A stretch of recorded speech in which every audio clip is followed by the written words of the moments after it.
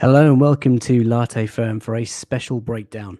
The transfer window is open, and David Ornstein has broken news that Arsenal are creating a proposal for Chelsea forward Kai Havertz. Now, that's left a lot of Arsenal fans scratching their heads tonight because we've been linked with the likes of Declan Rice and Moises Caicedo and Timothy Castagne, and all of a sudden, it's a centre forward. Now, most of you guys that are loyal to this channel will know that I do fully comprehensive breakdowns, and I will continue to do them as and when we sign players. But I think silly season is upon us, so we're going to make a short series of very short breakdowns, which will allow you to make an informed decision as to whether you want a player to sign for Arsenal or not. If you're tuning in for the first time, of course, do drop a like on the video, subscribe to the channel if you're new, and get involved in the chat. Let me know if after what you see tonight is what you want in terms of Kai Havertz at Arsenal Football Club. So what do we know about young Kai? We know that, of course, he is 24 years of age. He's 6'3", to my surprise. I knew he was tall. I hadn't realized he was that tall. He's actually just over 6'3". Currently plays for Chelsea, of course, and is a full German international. He has 39 caps to his name and 13 goals with a 1-in-3 ratio. Has represented Germany for under 16s, under 17s, and under 19s level. He's predominantly left-footed and has played in a variety of positions. This season alone, 57% of his time as that lone centre forward, 22% of his time as an attacking midfielder with shades of football on the right side and, of course, in that left 8 position. In his early career at Leverkusen, he was deployed as centre forward, false 9, played out to the right, played in midfield. So a bit of uncertainty there, but also a bit of versatility. In terms of stats for this season, 30 Premier League starts for Chelsea, 5 games off the bench with 7 goals and just the 1 assist. Shooting accuracy of 51.7%. That ranks lower than each of Bukayo Saka, Gabriel Martinelli, and Gabriel Jesus, but only just. And a passing accuracy of 82.7%, which is broadly on par. His contract, interestingly, doesn't run out for another 2 years, but of course Chelsea are under pressure to balance their books. They are at risk of breaching financial fair play, and so there's probably going to be 1 or 2 quick fire sales before the deadline of 30th of June, maybe one to watch. What do we know about Kai and his upbringing? He was born in Germany. His mum, a lawyer, his dad, a policeman. And it was his granddad who basically took him to all the football. And he was finally signed by Leverkusen at the age of 11, having scored a hat-trick against their under-11s in an 8-3 win. He burst onto the scene when he was 19, scoring 17 goals in his first season for Leverkusen.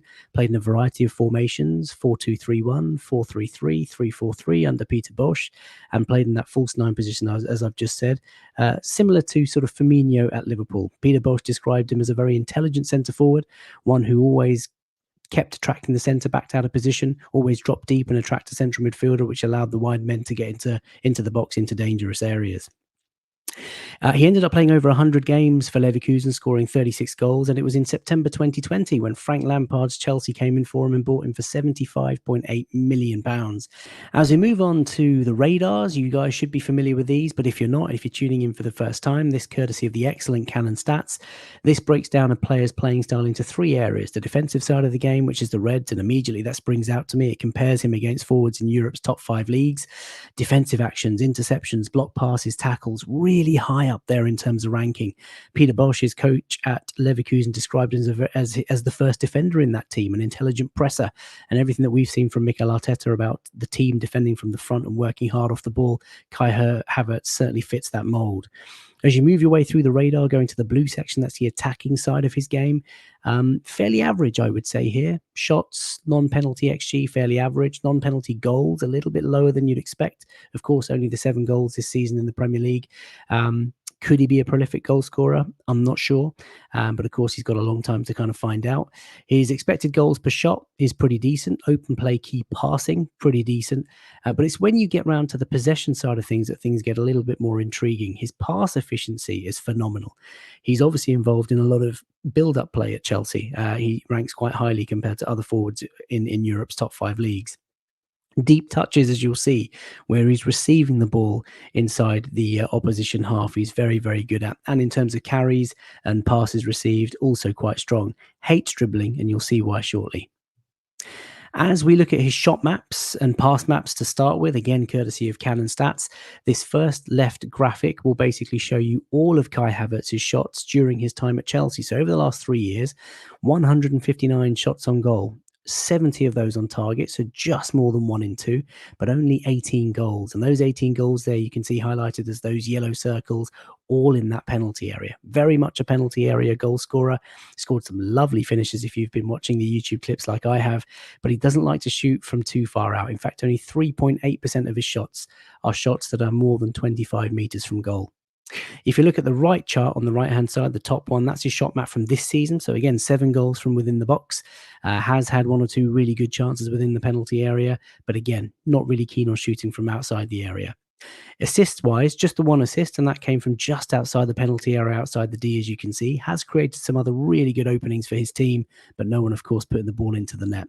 And we've got to remember that Chelsea have had a largely dysfunctional season. They've been really poor under their now former manager, and it's been a really difficult season for Kai Havertz and for the entire team. Let's move on to Kai Havertz, the passer, and this is where things begin to get a little bit tastier.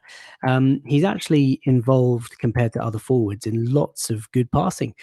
Final third entries per 90, you can see on that swarm. If you've not seen these swarms before, the further a player is to the right, the better he is compared to his peers in the league. And he's actually really, really good.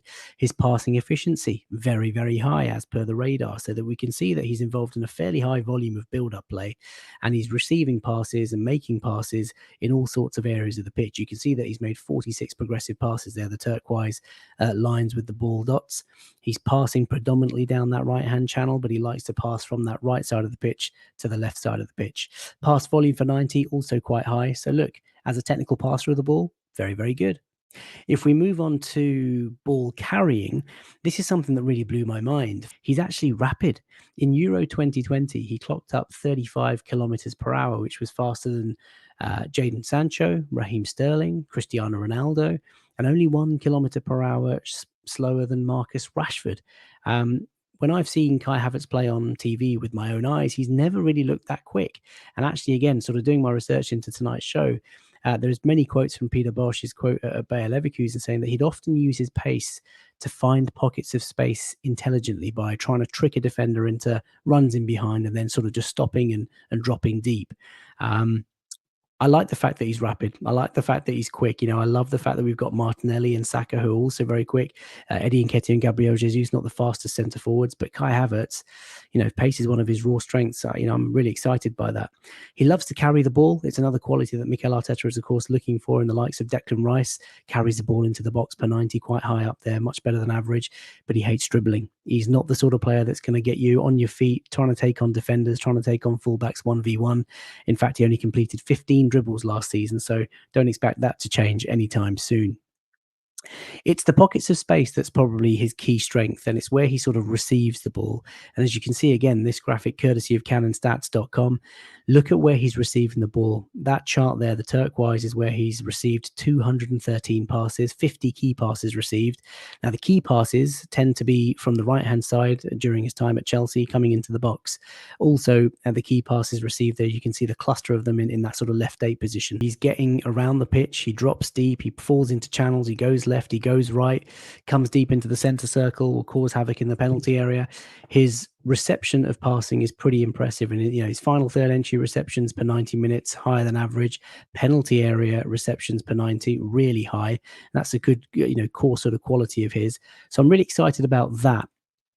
But I guess in closing, I'm just sort of left scratching my head wondering why it is that we'd be interested in Kai Havertz. There's no doubt he's a talented footballer. You don't win a Champions League, you don't represent Germany of all countries more than 30 times and play in Euro 2020 if you're a mug. You've got to have something about you. He's still a young boy. He's just turned 24 like 3-4 days ago. So he's still got a lot of time to kind of develop. He's acclimatized, I guess, to the Premier League.